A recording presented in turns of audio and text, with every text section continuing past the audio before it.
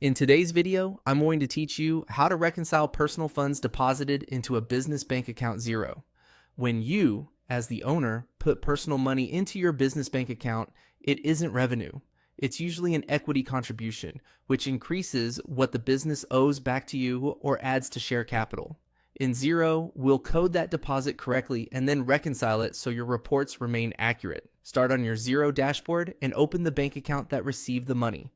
Click on Reconcile to open the bank reconciliation screen.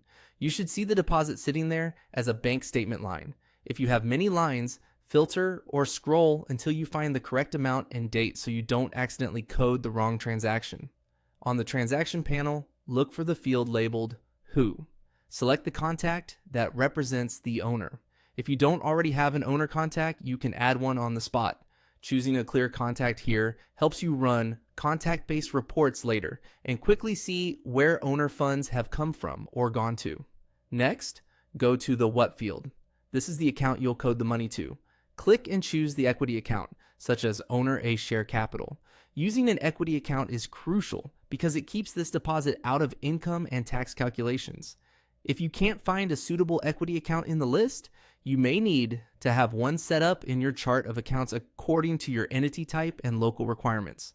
When in doubt, check with your accountant to confirm the correct equity category. Now, move to the Why or description field. Type a clear explanation, such as personal funds deposited to support cash flow, and include a brief context like the purpose or period. Good descriptions save time during reviews, audits, or when you're preparing year-end accounts, because anyone looking back will immediately understand what happened. Once everything looks correct, the amount matches the bank line, the who is the owner contact, the what is the appropriate equity account, and the why explains the reason. Click OK. That action reconciles the bank statement line and posts a receive money transaction to the equity account, ensuring your bank balance and general ledger stay in sync.